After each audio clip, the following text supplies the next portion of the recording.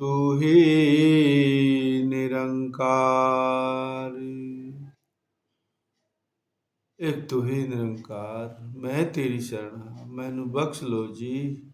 एक तू ही निरंकार, मैं तेरी शरण हाँ मैनू बख्श लो जी। बोल सतगुरु माता सुदीक्षा सविंदर हरदेव जी महाराज की जय। निरंकारी राजपिता जी की जय। समय गया फिर हाथ न आए, अंत काल पछताएगा। धर्मराज ने यम जो भेजे, रोएगा कुरलाएगा। संगी साथी जितने तेरे, काम किसी ने आना नहीं। तेरे सगे संबंधियों ने भी आके तुझे बचाना नहीं। आखिर काम गुरु आएगा, गोरी चिट्ठी सूरत नहीं।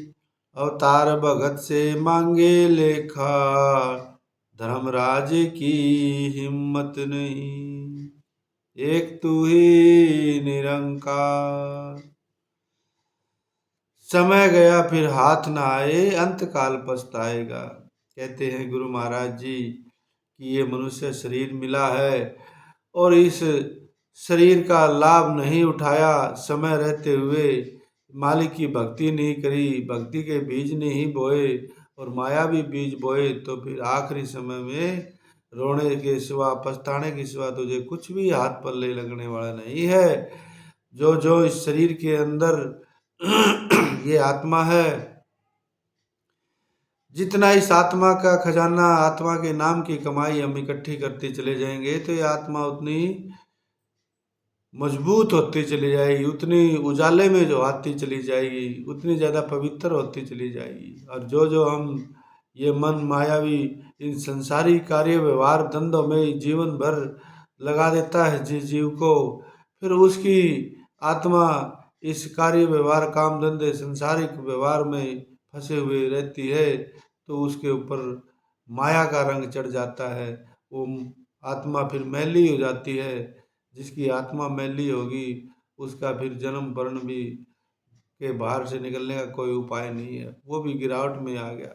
इसलिए कहते हैं कि समय गया फिर हाथ न आए, अंत काल पछताएगा। तो ये समय बहुत हमारे पास कीमती और अनमोल समय है, और इस समय को हमने इस मालिक की भक्ति में नहीं लगाया तो हमने बहुत बड़ा हमारा नुकसान कर लिया। इस आत्मा के कल्याण होने में जो हमें एक उपलब्धि मिलनी थी, उस उपलब्धि प्राप्ति के लिए हमने उस समय को नहीं लगाया।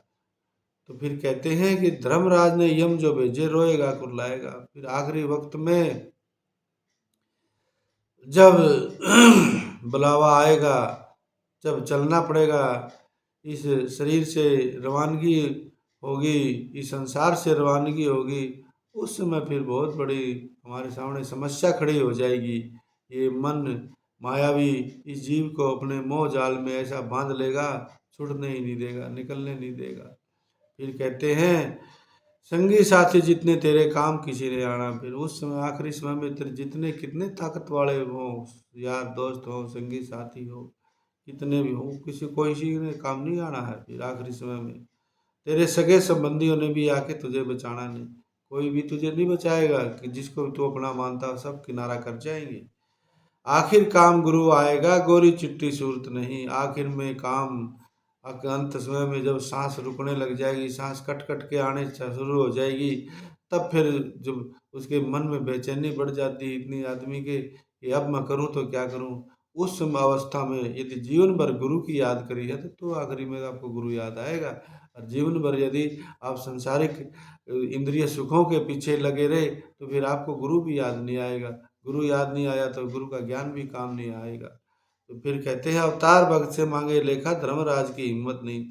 फिर यदि गुरु की याद हमारे मन में बसाई गई है ऐसे रंग सतगुरु का इस मन के ऊपर चढ़ा हुआ है, फिर ये मन मायावी फिर हमको नाच नहीं नचा सकता, इसकी हिम्मत नहीं है। ना फिर धर्मराज भी लेखा मांगे या यमदूत भी आके हमें डराए, मौत का भय हमें नहीं सताएगा, नहीं डराएगा, किसी की हिम्मत नहीं है। तो गुरु का बनने के लिए हमें हर समय गुरु की याद बनाए रखनी पड़ेगी इस मन के अंदर, तभी बात बनेगी। इन्हीं विचारों के साथ प्रेम से कहिए धन्य निरंकार जी।